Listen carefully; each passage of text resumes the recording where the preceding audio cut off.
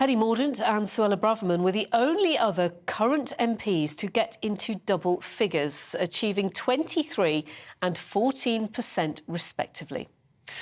Well, here to break this down for us is GB News' political correspondent Olivia Utley. Olivia, is this good news for Kemi Badenoch? Will it be a spring in her step for the new year?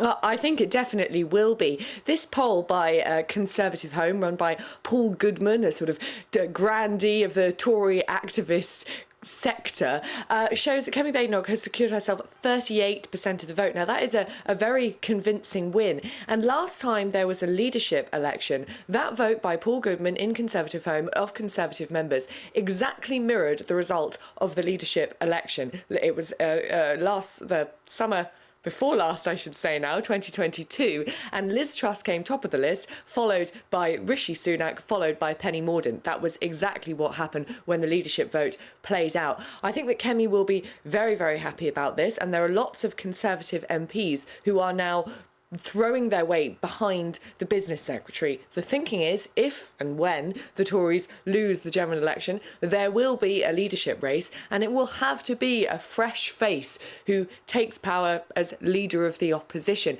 Anyone who has been too tainted by the Boris Johnson, Rishi Sunak government, so someone like Jeremy Hunt, doesn't really stand a chance. Kemi Badenoch, as business secretary, obviously has been serving in this government, has been serving an important part of this government, but she is still seen by the grassroots and by the country too, really, as a fresh face. She's gained lots of popularity, particularly in recent weeks, because of what she's done in Scotland. She's been the driving force stopping that gender recognition legislation going through in Scotland. That has earned her plenty of plaudits, both in Parliament and outside of it. The whispers now in Westminster are that if and when Rishi Sunak goes, it's got to be Kemi or the party's over. Is Kemi, though, capable, Olivia, of uniting all these various factions within the Tory party?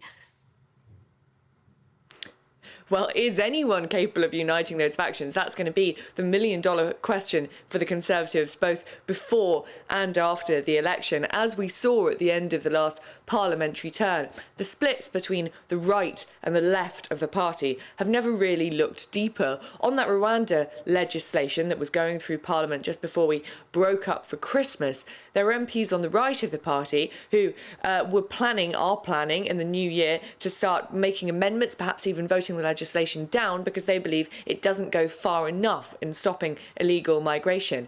Then on the other hand, there are those on the left of the party who thinks that it goes too far and that it strays too close to breaking international law. Is it possible for any Tory leader to preside over a party which manages to keep those two factions together? If anyone can do it, there are plenty of MPs and activists who say, well, it's probably Kemi. She has the support of the right of the party. As I say, she's earned plaudits for her speaking out against some of the more extreme trans activist rhetoric and some of those measures in Scotland that are actually being pushed into legislation. And she's pretty popular on the left of the party too. She's seen as a competent business minister. She hasn't been too vocal about in fact, she spoke out against a bonfire of Brexit legislation. She wants to take things slowly and pretty cautiously when it comes to Brexit. So perhaps, just perhaps, she is the woman to unite those two warring factions. But it's a pretty uphill struggle for her and for anyone.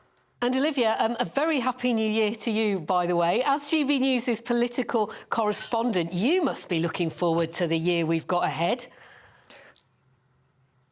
Oh, I am. It's set to be a very exciting one. I think we're all sort of poised for a general election in early May now, though that could obviously be wrong. It could end up being the end of the year. But if it's in early May, the general election campaign has, in essence, already started.